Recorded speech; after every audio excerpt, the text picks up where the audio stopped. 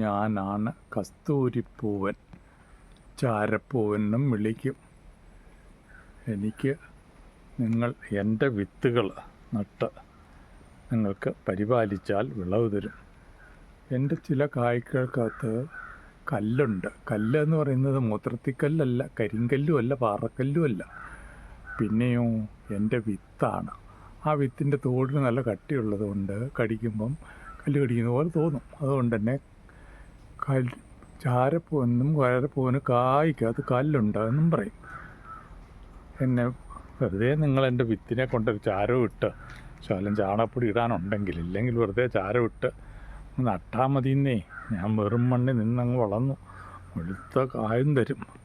പിന്നെ നിങ്ങൾ വലിയ പരിചരണം തന്നെ. ഇടയ്ക്കിടയ്ക്ക് ചാരവും ചാണകമൊക്കെ ഇട്ട് വന്നു കഴിഞ്ഞാൽ നിങ്ങൾക്ക് വലിയ കൊല കിട്ടും, കിലോ കണക്കിന്.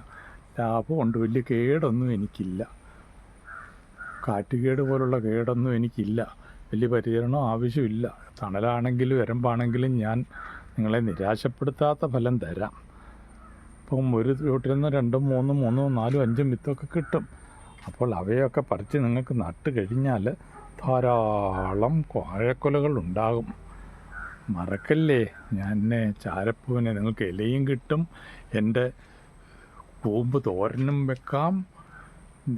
പിന്നെയോ വാഴപ്പിണ്ടി നിങ്ങൾക്ക് തോരൻ വെക്കാം. പിന്നെ നിങ്ങൾക്ക് രോഗങ്ങൾക്ക്, മൂത്രത്തിക്കല്ല് പോലുള്ള രോഗങ്ങൾക്ക് എൻ്റെ നീര് എൻ്റെ തടയിൽ നിന്നോ പിണ്ടിയോ തുരന്ന് അതിൻ്റെ അകത്തുനിന്ന് നീരെടുത്ത് കുടിച്ചാൽ രോഗശമനം വരും. നിങ്ങൾ തുരന്ന് തലേ ദിവസം പിണ്ടി തുരന്ന് വെച്ച് കഴിഞ്ഞാൽ പിറ്റേ ദിവസം വെള്ളം ഊരി കിടക്കും.